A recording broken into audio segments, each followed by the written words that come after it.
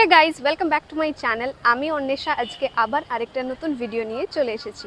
তো আজকে সকাল সকাল স্নান টান সেরে চলে এসেছি জগন্নাথ দেবের মন্দির পুরী। তো তোমরা তো জানোই আমরা পুরী বেড়াতে এসেছি, জগন্নাথ দেবের মন্দির সেটা তো দর্শন করতেই হবে।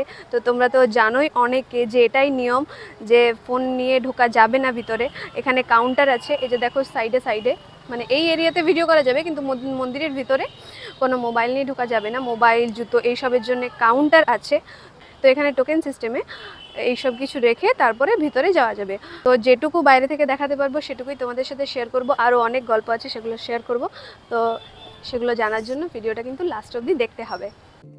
পুরীর জগন্নাথ মন্দিরে উত্তর, দক্ষিণ, পূর্ব, পশ্চিমে প্রবেশ করার মূল 4টি দরজা আছে। প্রতিটি দরজার পাশে বা উপরে বিভিন্ন প্রাণীর মূর্তি বসানো, দরজার নামও সেই মতো। পূর্বের দরজায় সিংহের মূর্তি দেখা যায়, নাম সিংহদুয়ার। কথিত আছে এই দরজা দিয়ে প্রবেশের সঙ্গে সঙ্গে ভক্তের মোক্ষ লাভ হয়, তাই দরজাটিকে মোক্ষদ্বারও বলা হয়। পশ্চিমের দরজাটি ব্যাঘ্র দুয়ার, দরজার দুই পাশে দুটি বাঘের মূর্তি, এরা ধর্মের প্রতীক।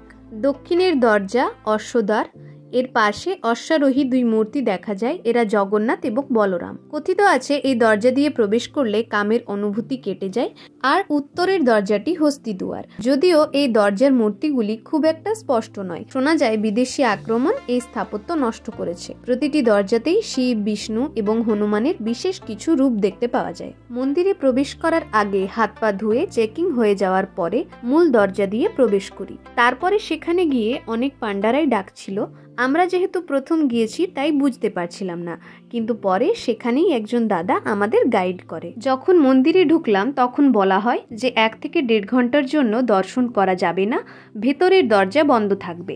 সেই সময়টা ওই দাদা আমাদের প্রতিটা মন্দির, প্রতিটা জায়গা দেখিয়ে দিচ্ছিল, সাথেই নতুন মূর্তি কিভাবে তৈরি হয়, পুরনো মূর্তি কি করা হয় সব কিছুই বর্ণনা করে দিচ্ছিল। তারপরে পুজো দেওয়ার জন্য কাউন্টারে নাম লিখিয়ে আসি। এরপরে আমরা লাইনে দাঁড়িয়ে ভেতরে ঢুকে এত ভিড়ের মধ্যেও একদম কম সময়ের জন্য ঠাকুর দর্শন করি। সন্ধেবেলায় সেই দাদা আমাদের লোকেশনে এসে প্রসাদ পৌঁছে দেয়। পুরীর জগন্নাথ মন্দিরের অনেকগুলি অলৌকিক ও রহস্যময় ঘটনা আছে। তার মধ্যে কয়েকটি হলো, যেদিকে হাওয়া চলে সব সময় তার বিপরীত দিকে মন্দিরের চূড়ায় যে ধ্বজাটি থাকে সেটি ওড়ে। আবার মন্দিরের ওপরে পাখিও উড়তে দেখা যায় না। জগন্নাথ মন্দিরের চূড়ায় একটি চক্র লাগানো আছে।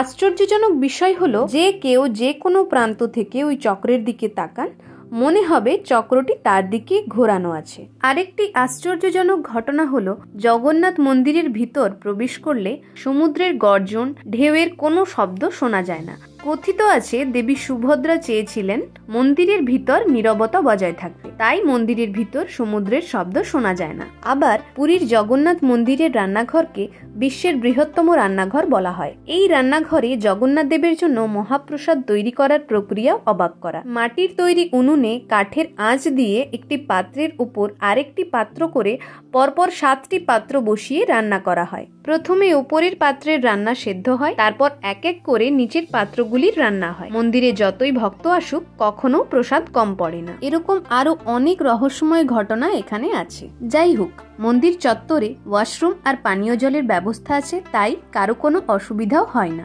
এখান থেকে বেরিয়েই সোজা রুম চলে গিয়েছিলাম, কারণ আমার শরীরটা খারাপ লাগছিল, সেই জন্য আর ভিডিও করাও হয়নি। তো চলো আজকের মতো ভিডিওটা এখানেই শেষ করছি। দেখা হবে খুব তাড়াতাড়ি আবার নেক্সট পার্টের ব্লগ নিয়ে। ভিডিওটা ভালো লাগলে অবশ্যই একটা লাইক করে দিও, কমেন্ট করে জানিও ভিডিওটা কিরকম লাগলো, আর চ্যানেলটাকে সাবস্ক্রাইব করে দিও। Tata, thanks for watching.